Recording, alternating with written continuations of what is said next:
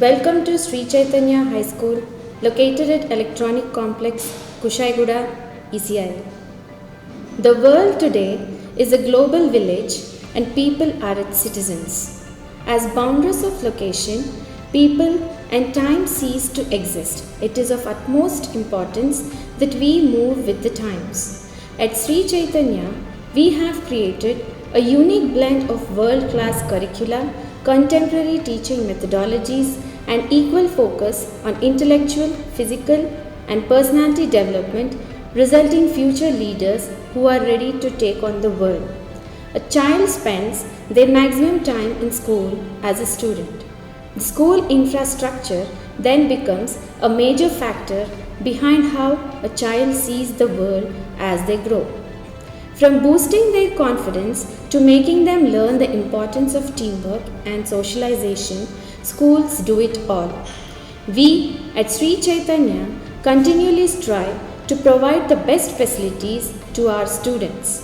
With our best robust offerings, we cover all the aspects that can help make students' life comfortable and productive. The school is arranged in L shape covering an area of 34,741 square feet. In the center, there is a wide open playground exclusively used for sports, games, and other outdoor activities.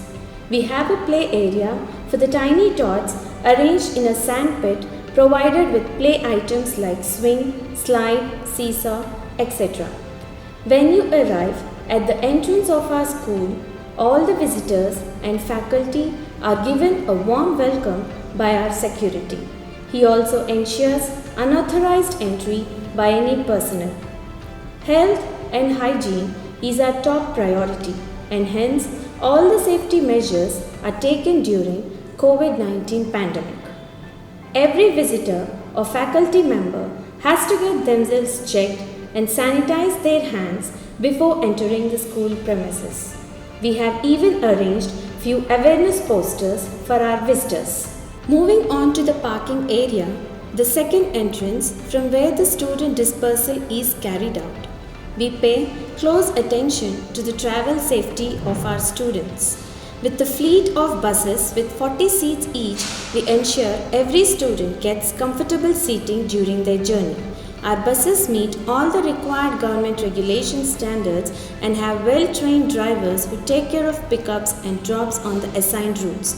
We also have bus attendants who look after the students and take care of seating arrangements. Sri Chaitanya High School, located at ECIL, is a CBSE affiliated school and it is under the group of Sri Chaitanya Educational Institutions.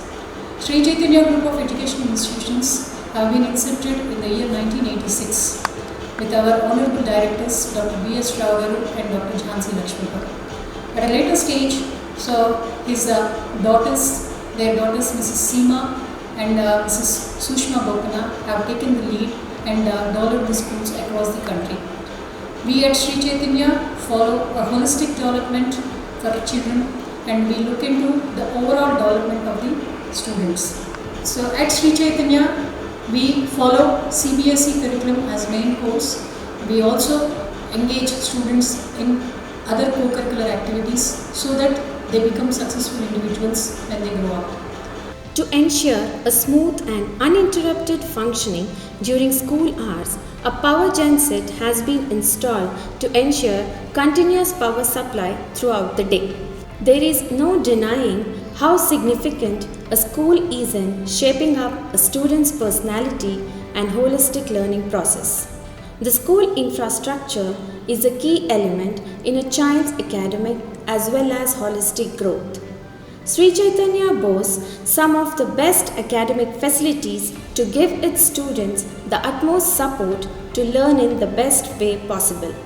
We have taken every care that the latest technology is being used to provide students with real-life experience. Some of the facilities which the school has implemented to make learning an interesting experience are spacious and well-ventilated smart classrooms, library, well-equipped science labs, ICT lab, facilities like study tables, chairs, furniture and best utilities such as water, electricity, game equipment, assembly area, and well-maintained sanitation facilities. Reading is to the mind what exercise is to the body. Well-equipped library housing is a wealth of informative books and interesting video facilities coupled with a motivating or mood-lifting ambience not only attracts students but also develops a liking to study. Our library has an expansive collection of books that suit the reading levels of different age groups. The in-house library also subscribes to leading national dailies and journals. We also have an audio and video collection that can be used to augment classroom learning. Our well-equipped labs are a testament to our belief in learning by doing. From practical experiments to other activities, these labs promote an activity-based approach to make learning more stimulating. In the chemistry lab, students are expected to indulge in a creative interplay of observation, experimentation, and theoretical inferences. Students are trained to use scientific instruments, make observations, interpret, and draw conclusions from observed facts. As per the guidelines of CBSE curriculum, even the most basic techniques and procedures like inorganic and organic analysis, both qualitative and quantitative, are dealt in an enthusiastic and efficient manner. Children, so today I would like to show you a demonstration on double displacement reaction. So if you see the double displacement reaction, mutual exchange of cations of two compounds. So now I would like to show the double displacement reaction of lead nitrate versus potassium iodide. So now, so let us take about 0.5 grams of or 1 gram of lead nitrate in a boiling test tube. It is the boiling test tube. So just to take about 1 gram of lead nitrate in one test tube, and you take one more test tube, and in that take the same quantity of potassium iodide. So what is the chemical formula of potassium iodide? Ki, potassium iodide. So now, yes, I have taken that equal quantity of lead nitrate in one test tube and potassium iodide in another test tube.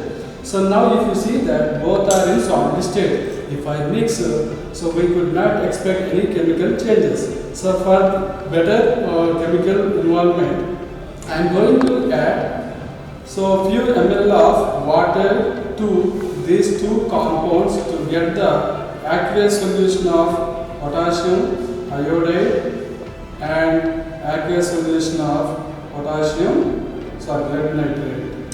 Take it and try to get a solution of potassium iodide, and this is the solution of lead nitrate. Now solution of lead nitrate, this is, and it is potassium iodide.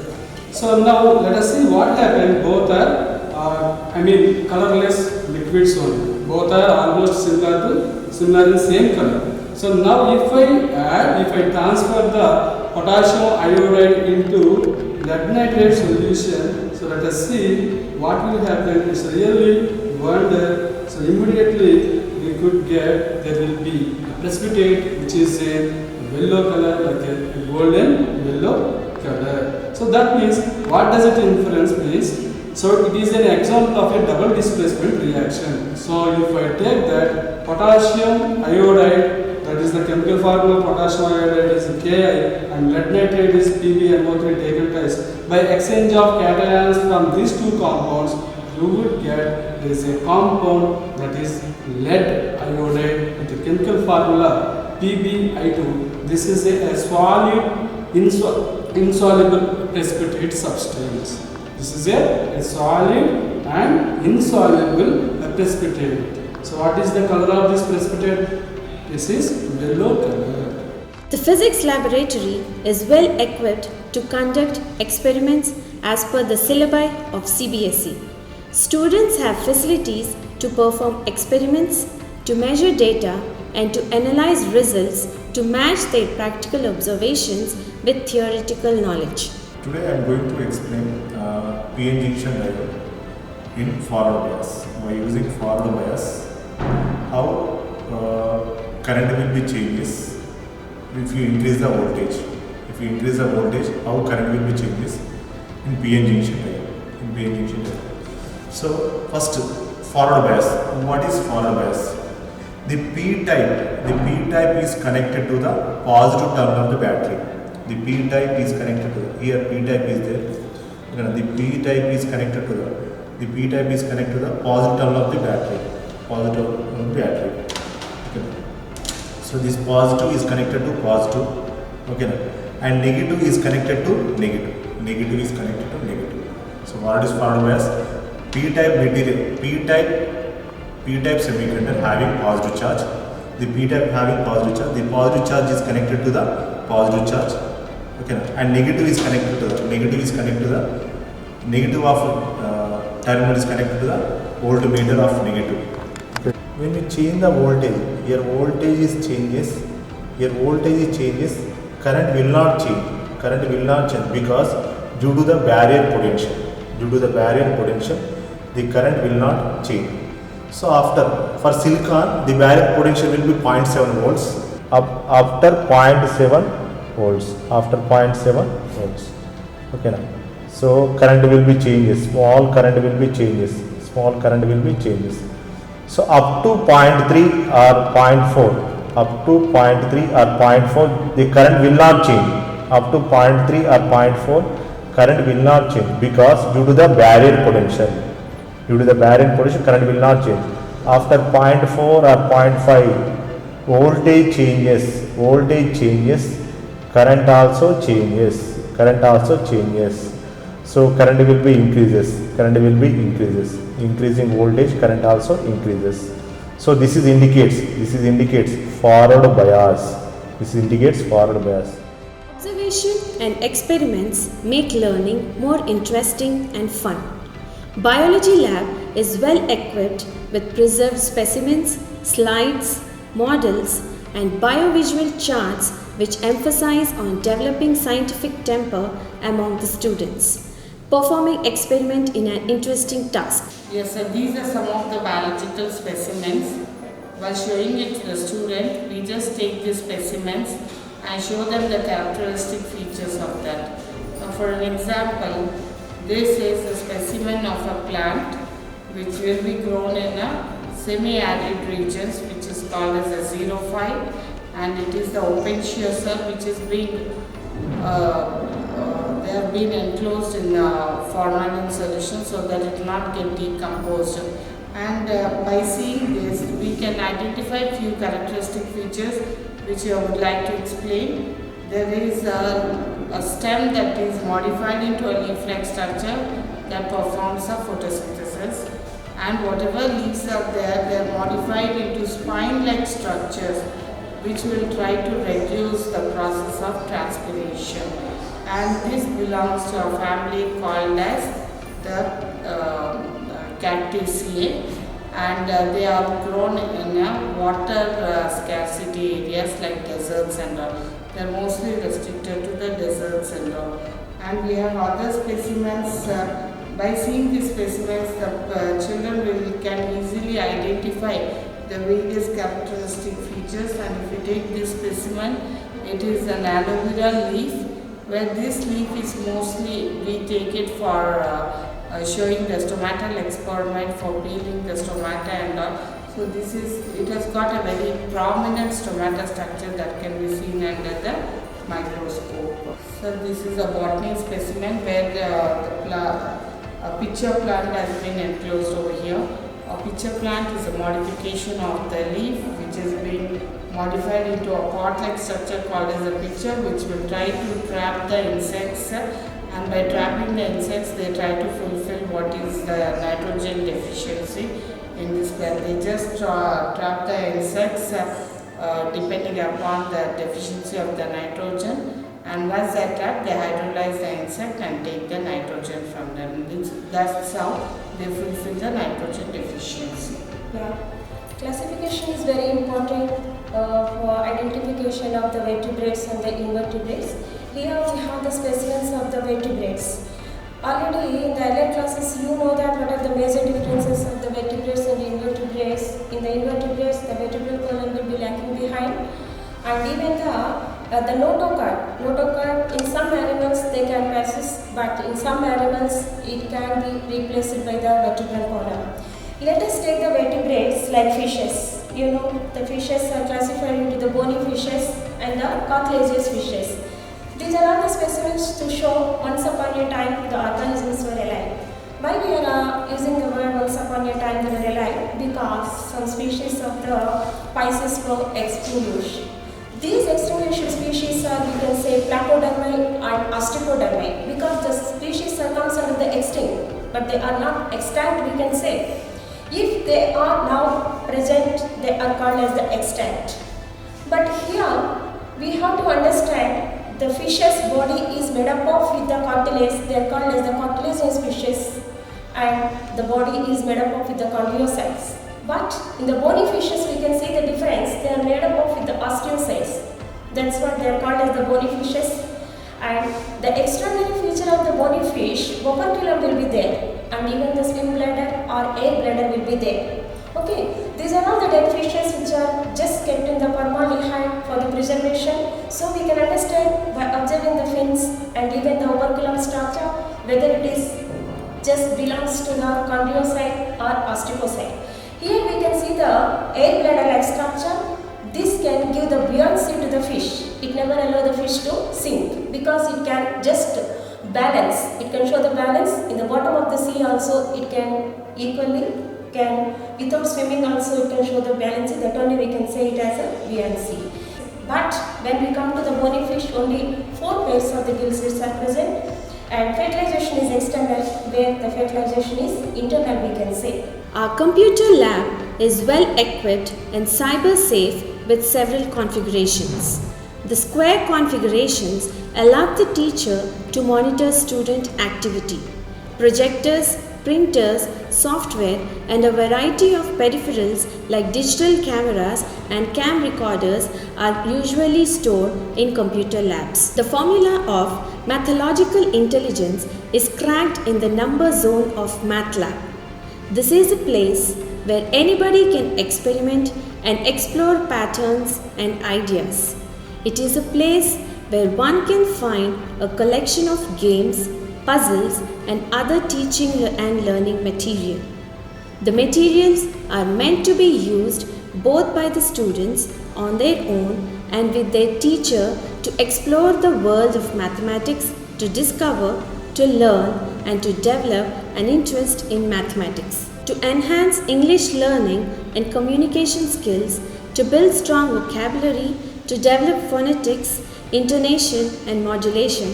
We rig out our young learners to hone the skill of articulation and social grace to success their future, promoting their efficiency in English language. The splashes of color reverberate with the diversity and vividity of human emotion in the art room at the junior level. Individual styles and techniques get honed and displayed at the middle and senior school level. To ensure that the students have the best possible hygiene, we employ caretakers within the school. They meet the highest possible professional standards and maintain a highly efficient service. We build personal responsibilities along our side our high quality services. The drinking water supplied in our campus is treated in an in-house reverse osmosis water treatment to ensure safe infection-free living conditions. All work and no play make Jack a dull boy. At our institution, we encourage a healthy balance of work and play. Students are encouraged to experience the challenge and reward of sports through diverse programs at the school level. Our sports department is managed by qualified and competent instructors who design a sports curriculum that improves mental strength, concentration, physical conditioning and coordination, strategic and tactical planning, and of course, teamwork. Our playground is spread in an area of 13,144 square feet with badminton, tennis-court, kho-kho, kabaddi, throwball and other required sports for the physical fitness of our young aspirants. We are undergoing maintenance work for the school ground. Due to the pandemic situation and heavy rainfall during the last few days, the required work could not be completed as scheduled.